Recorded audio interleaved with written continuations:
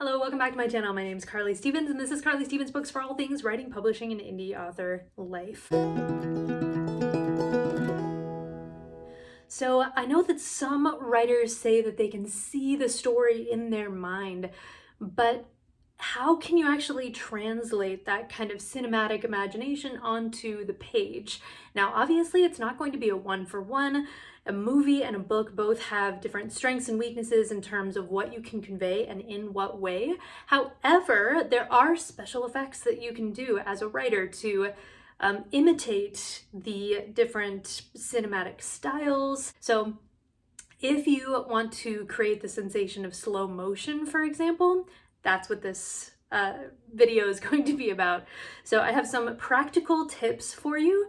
These are not the only ways to get across that sensation, but these are some that I've found to be effective both in what I've read and what I've written in response to just seeing how effective these different tools are. So without further ado, slow motion. How do you imitate it in your story?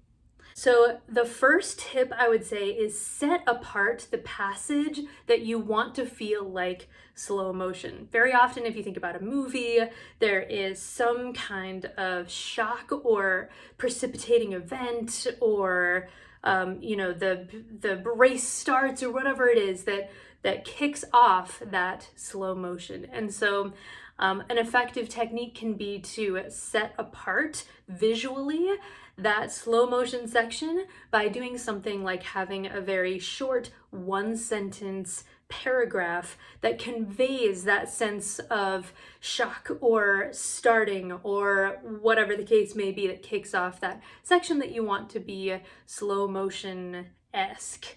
So again, it gives a sort of visual marker that sets that apart, and we naturally, as readers, gravitate toward those short paragraphs and assume that they're important. They feel like a heading almost in a textbook. It's a terrible analogy, but you get the idea. That's where your eyes go.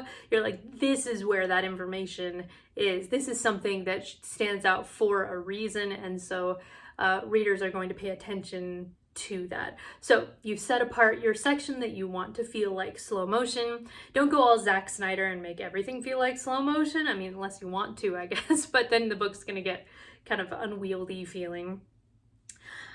So the next trick that I tend to use, and I've seen used other places, I'm gonna give you some examples here in a second, that is repetition. Intentional repetition is an incredibly powerful tool that can be used to convey a lot of different effects, including that sense of slow motion, especially when you have a foreboding sense of slow motion. Maybe something is creeping up behind you, maybe something terrible has just happened, and so you have this moment where time seems to slow down. So I'm going to give you an example of that intentional repetition to convey that sense of surprise, slow motion, and almost out-of-body sort of experience.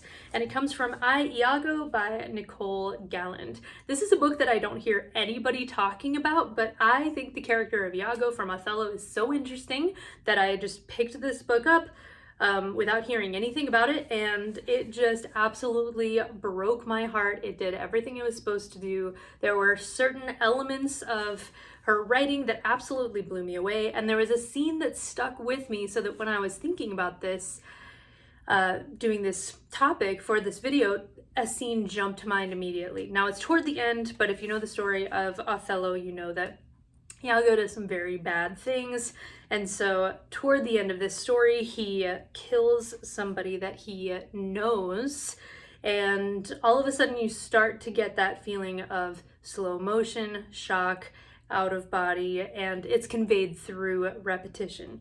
So I'll just read you a short section here. "Who are you anyhow?" says Iago. "Are you here for good or evil?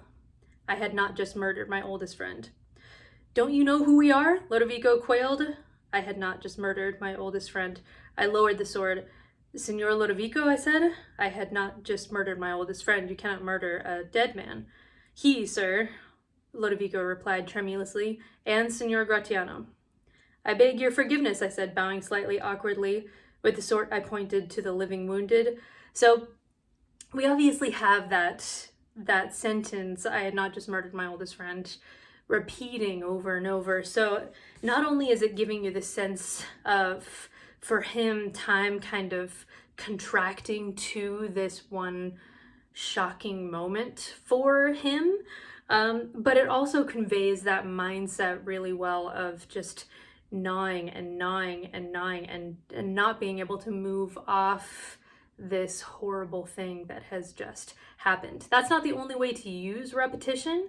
In fact, when you go to even classics like Beowulf, there are repeated words that start different sections as Grendel, the monster, is slowly creeping up on Hrothgar's mead hall.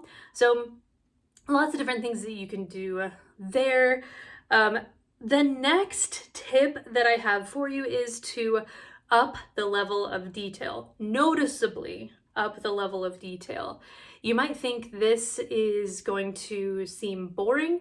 No, not if you are going for a limited time slow motion effect. So in critical moments in people's lives, it's well known and documented that often time seems to really stretch out, and it's like your senses are heightened and you notice more things. And shock can have the opposite effect, but I've looked at, for example, people in war who see their first casualties and are horrified by that. They say that time absolutely stretches out so they can, unfortunately experience every moment of that terrible time. So I know all of these examples are really pretty dark, but with slow motion, often there is that sense of shock. You can also use slow motion for something like a romance too.